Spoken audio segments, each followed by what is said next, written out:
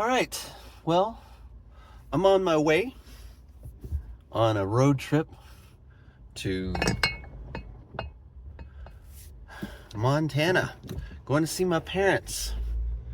And I'm bringing you along for the ride.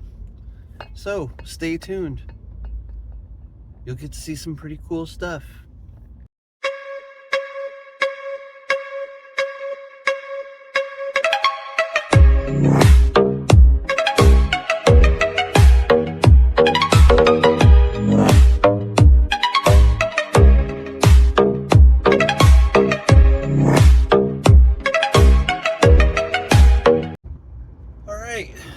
Well, made it all the way to Flagstaff.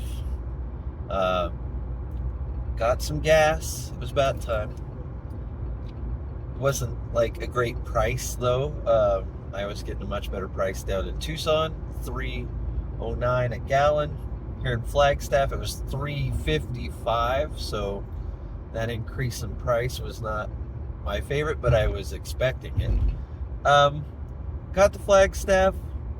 And I ate at Wendy's, which I hadn't eaten there in years. I was hoping for good food. It was basically flavorless. I had a Frosty, which I hadn't had in years. Which Frosties are always good, but you know, it's a whatever meal. And then now I am going north on Route 89. Out of Flagstaff and into a kind of cool area for me. Other people would be like, it's just mountains, but no, they're not just mountains. They are a part of a caldera complex where they're usually just one-offs, but like straight in front of us, it's a good example of volcanic, one-time caldera where it erupted once and then it moved on. And if you were able to look to the left or the right, you would see the same. And am I a volcano channel? Only yes, in a way, because that kind of stuff I think is cool. The little bit of dangerous part about the world, the planet we live on, is always a little fascinating to me. Although to see a volcano erupt with your own two eyes, it's actually a lot harder than you think it is to do that. I got to see small eruptions from Mount St. Helens when I lived in the Northwest, but I want to see some flowing lava, and this will always be a point of contention for me until I actually get to go see one. I may have to go to Iceland again. But I got to time it just right. So anyway, my drive north out of Flagstaff and heading on to Page's next town. In a couple hours or an hour and a half beyond that is my final destination for the day, because I'm driving all the way to Montana and I'm not doing it all in one day, of course. I'm taking a couple days, 3 days to do it. So my final destination today is Kanab, Utah. I might be murdering that. Anyway, so this is Kelly. Talk to you guys a little later. My channel is dedicated to a lot of ways to travel the world. But have you gone on this trip through Arizona, Utah, Idaho, and Montana? I don't know. Watch this video to find out. Find out what? Find out if you should. What? That is an interesting statement. Watch this video to find out, and then I don't tell you what to find out. I will. You're going to see in this video what to watch. All right. Stay tuned. The scene right here is cool. Dropping down onto the valley floor. To the right of me is the Sunset Crater, which is an old volcano. It's a one-off that erupted. But to the left, which you can just barely see a couple, those are all volcanic craters that were one-offs. They just erupted one time, they were done. And it's pretty cool to drive through and see it. I I enjoy just seeing the differences in the terrain as I'm driving. I started off in the Sonoran Desert, and now I've moved up to Flagstaff, which has a lot of trees and greenery, evergreen trees. Even a ski resort, San Francisco Peaks, to the west of me. And then down here, it's another sort of high desert, as I go north towards Page and Lake Powell, the famous Horseshoe Bend that people see pictures of. I've got pictures of myself. Anyways, just a really neat drive, at least in this part of the country. This is about 4.5 hours north of Tucson, a little over 2 hours, 2 hour, 20-minute drive from Phoenix. So, something like that, somewhere in there. So, anyway, just one other unique place to get video of as you travel across the U.S. Found this to be a fascinating place. These are almost, well, I mean, in a way, they're almost like sand dunes. In some places, the wind's been strong enough that the sand has been blowing across the road. That's not happening right here, but that's interesting. It's a really interesting area. You can see by the flags up here that the wind's blowing pretty good. It's not horrible. It was worse, south where I was, south of me. But anyway, we're going straight. We're not going to Tuba City or Kayenta. We're going past Page.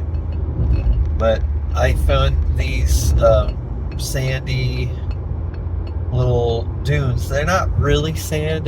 You get over to them, they're pretty compact, but there is loose sand on them, and it will blow around. But for the most part, they're compact. You can walk on them. Multicolored, kind of a chocolate vanilla going on, like chocolate vanilla pudding a little bit, or a layer cake. But anyways, pretty cool scenery right here driving through as we continue to head towards Utah.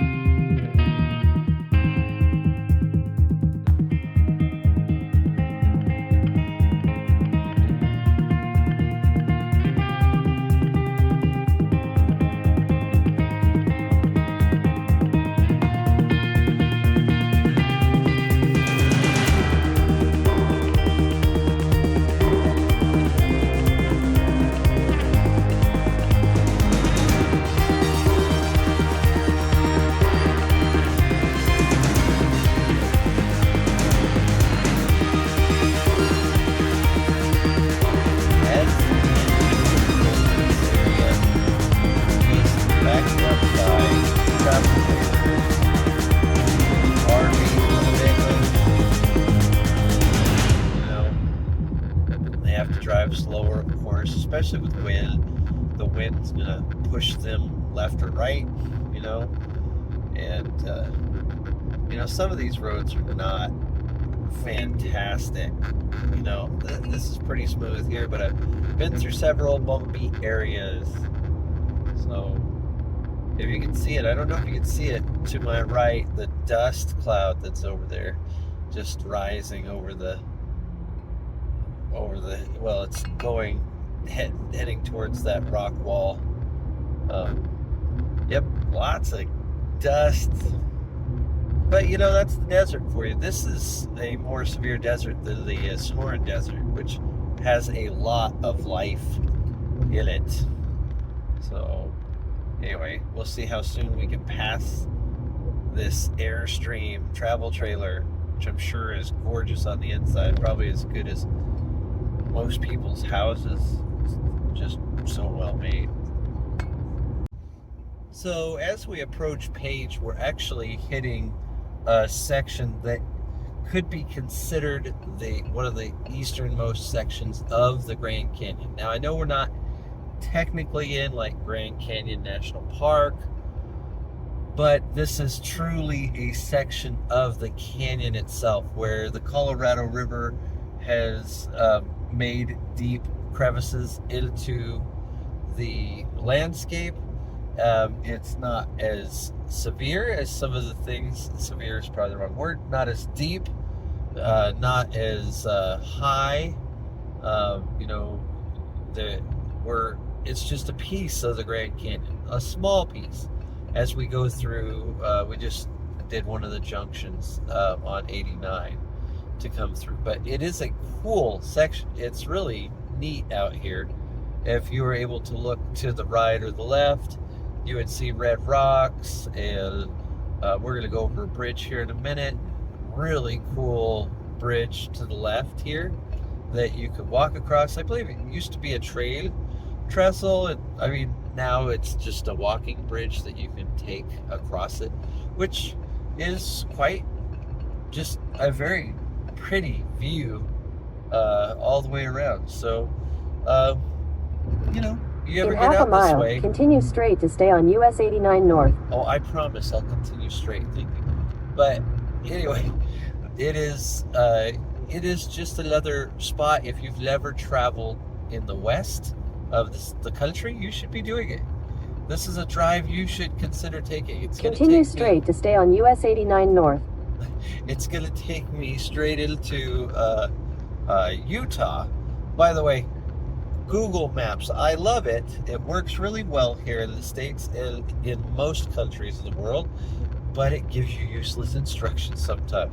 There's only a straight road in front of me, but it says continue straight, as if I were to veer off to the right or left. Maybe it's those idiotic drivers it's catering to, the ones I talked about earlier. But it's definitely not me. I can figure out I need to just keep going straight. It seems pretty obvious, not it?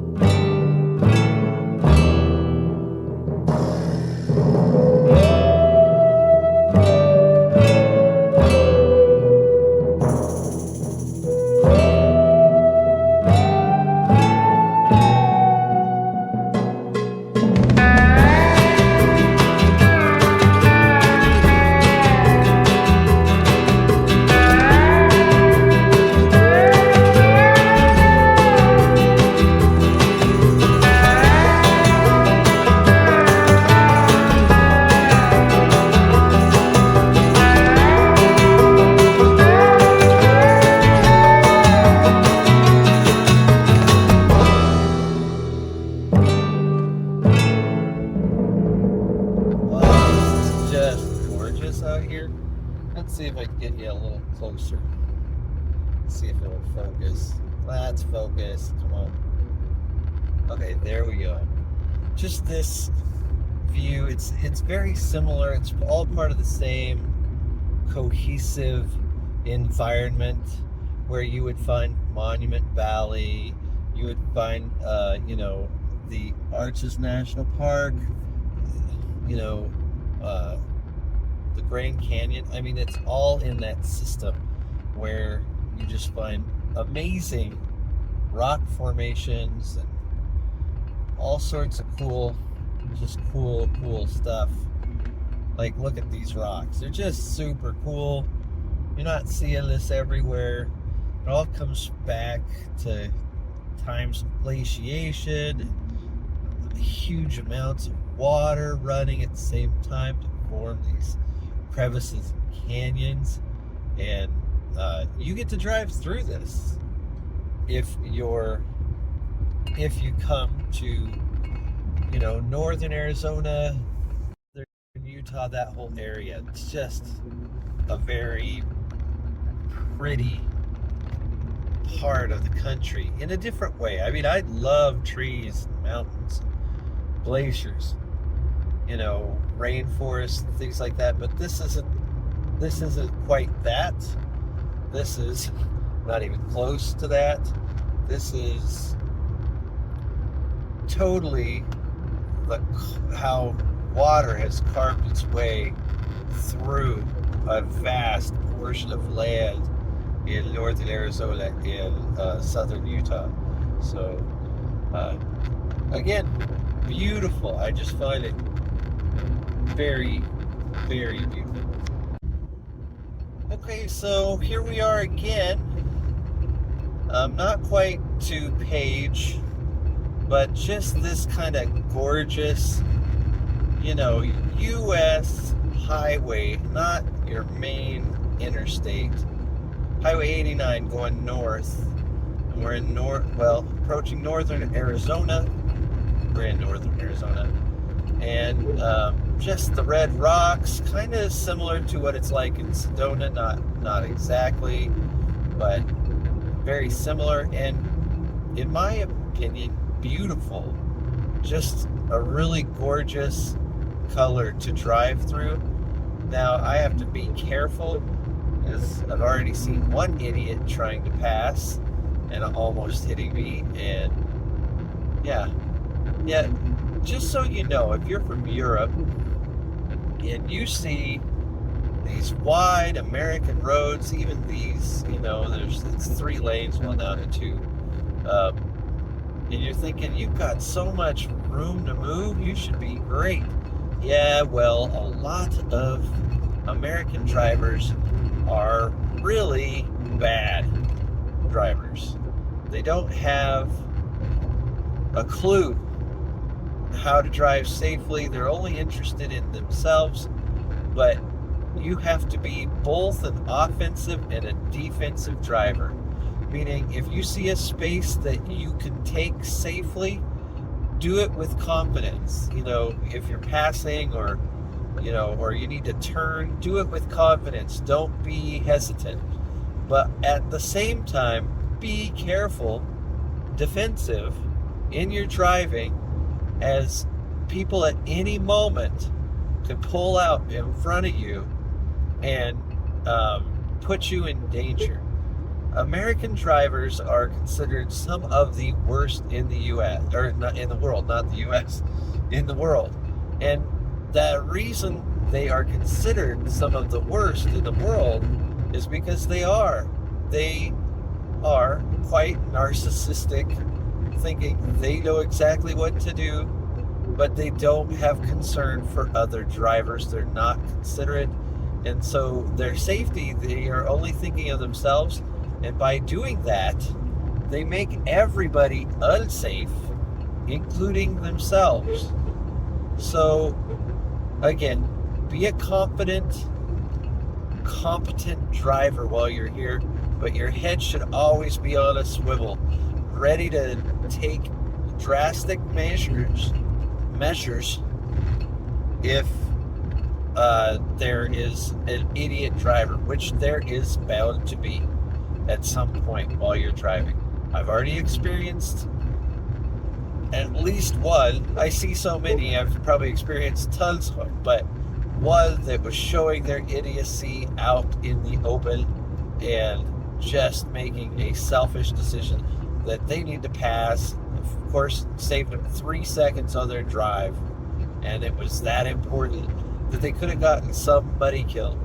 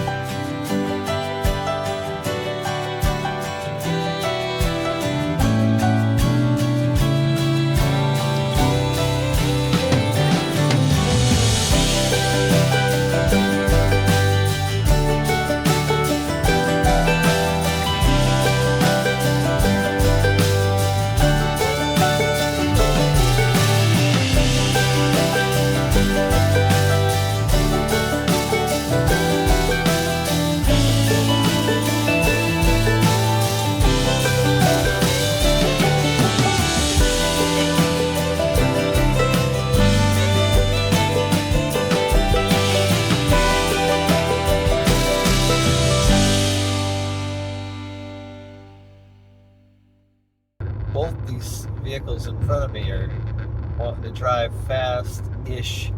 I saw this Ford driving like super fast earlier. Now he's not. He's driving slow. I wonder if there's a little too much heat in his vehicle. Let's hope that doesn't happen to me. I did get my car serviced right before I went on this drive. I say right before, it was early July, but I was in Japan for 11, 12 days, and I didn't drive the car much. I topped off the gas this morning. I got gas right after I got it serviced. I used one tank of gas before I went on this trip, and then I had to get another tank of gas. Well, one tank of gas between the two, and the other tank. So, all right, that was us going up the side. That was fun. I enjoyed it. Okay, we're here in Page. I don't know why this guy is going so slow, but he is. Anyway, Glen Canyon Dam we're about to go over. But we're not actually going over the dam itself. We're going to go over a bridge that overlooks the Glen Canyon Dam. We're not going to get out. We're just going to go. But stuff here is cool. I don't know what this guy is doing. He's driving like he didn't know how to drive. Okay. Idaho. Great state, by the way. Idaho is a great state. Love it. Yep. To the right is the Glen Canyon Dam. It's, I believe, at the end of Lake Powell. It's above, where Horseshoe Bend is. This is a great recreational area. A lot of people I know with boats like to come up here or bring their jet skis, things like that. And I don't blame anybody. It is a pretty area, but we're just taking the bridge across. 25-mile-an-hour speed limit, although I probably went a little bit faster than that. 3,827 feet. We've dropped a couple thousand feet since we were in Flagstaff. So, anyway, thought you might be interested in this little piece, this little slice of northern Arizona. It's all pretty gorgeous to me. I love the red rocks. The red rocks are, pretty impressive.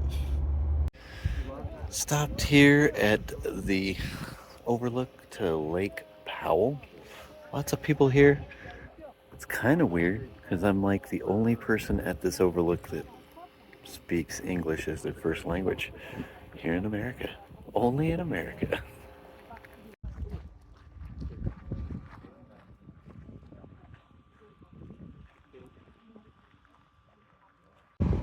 All right. We're at the overlook to Lake Powell. It's beautiful up here. It's a really cool overlook. I needed a short break anyways. Now it's time to get back on it. Back on my drive. But beautiful up here. Now I would say you get to see a lot of Lake Powell from up here. And if you don't take that just little short drive to the Scenic overlook, you're probably going to miss out. Especially Continue for 3/4 of a mile. Yeah. Google instructions. Especially if you're here to see the scenery, take advantage of the scenery. It is beautiful. And that's all I got to say about that. Time to get back to it. All right. Well, it's been, I don't want to say it's been a long day. I didn't ever really get tired today, and I was concerned because I haven't driven this long of a road trip in a while. I try to avoid 7 to 8 hour days. That's what today was, but I had no issue. But then when I got here, I got to Kanab. Kanab's my endpoint for today. When I got here, I didn't know what to expect. I know I've been through Kanab a few times, but probably didn't even think about it driving through. It's just another town in southern Utah, but it's not just another town in southern Utah.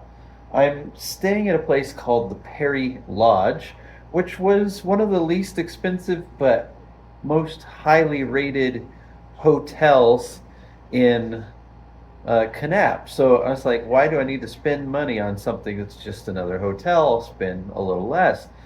When I got into the hotel, I was like, I don't know what to think. I mean, it looks pretty good from the outside, but it's older. It's definitely got almost. I want to say that the outside has this kind of 1940s, you know, travel lodge kind of feel to it. Um, and I mean, it's just kind of classic looking, but it's not cobwebs and dirt and anything like that. It's just an older style. I come in and there's this stand-up poster board figure of John Wayne, which I'm like, cool. I always loved John Wayne movies. This is cool. And I got my key. All these cabins, well, maybe not all of them, but quite a few of them have names on them. Mine is my little cabin, I guess they call it, is the Yvonne de Carlo. The Yvonne de Carlo. Next to me is the Broderick Crawford, the Andy Devine or Divine, Gabby Hayes, Patricia Blair, Ray Milan, or Milland, I don't know. There's a John Wayne suite. And what I found out, because I have traveled a bit today, so, blockhead kind of stuff you do. I locked my key in the room, so I needed to go get another key to get back in. When I went in there, I heard this lady talking to the front desk clerk, and she said, if I wanted to go see the Gunsmoke set, can I go see it, touch it, feel it? And he says, well, no, it's really old and might fall down. Yeah, you have to take a dirt road to get there, but you can go look at it. And I was like, okay, this is something interesting here. I was looking around in the lobby. There's pictures of all these old movie stars, and they explained to me that they filmed so many old westerns here in Kanab, including Gunsmoke, but other stuff. I mean, even what is it? I've got a whole list right here that, like the most recent was an IMAX film. It looks like, well, no, they did 2021. They did The Seeding. I don't know that movie. 2012, John Carter. 2001, Planet of the Apes. Broken Arrow in the 90s. Windrunner, which I don't remember that movie. Maverick, which I do remember, Mel Gibson and James Garner. That was pretty good. Windwalker in 1980. I mean, there's a lot of times they didn't film anything, and they haven't really filmed a whole lot since then. But this hotel that I'm staying in housed much of the cast and crew for many of these movies and TV series. Yeah, how cool is that? It's like a little surprise for me. So I might show you around a little bit, maybe, just to show you what it looks like outside. There's nothing I'd say special. It just has a different vibe. It has a really nice pool up in the front. I've noticed a lot of people in the area that, a lot of the tourists are from different countries. That's when I was at the overlook for Lake Powell. There wasn't a single person who spoke English, and that's cool. I don't have a problem with that. I love to go to foreign countries. I love to travel internationally. I was just in Japan. But it's like I'm in the US and there's a lot of foreign languages being spoken, and I'm fine with it. I think it's great for people to travel. I hope in our current political climate that people will be accepting of others still in foreign countries, and foreign to me countries. I love Europe especially, but Japan was great, by the way. And I would hope our people are welcoming to those from different places. It's a beautiful world out here, and you do not want to miss Southern Utah. Southern Utah is gorgeous. Northern Arizona is gorgeous. You can find beauty in pretty much every place you go to, just not all of them are I mean, I get a little bit bored with the prairie. That's just me. But some people love it. That's what they love. The prairie, blowing hay or the corn in the wind, that kind of stuff. For me, yeah, it's okay. So, I'm here at the Perry Lodge. And this place is pretty cool. Got a kind of old 40s, 50s hotel vibe, and they purposely do that. But one thing I'd like to point out, see this barn right behind me? In this barn, every night, they show an Old West movie. They have popcorn and other things in there. I mean, that's a pretty cool service. And it's not an expensive place to stay. So if you're ever in Kanab, Utah, I'd stay here.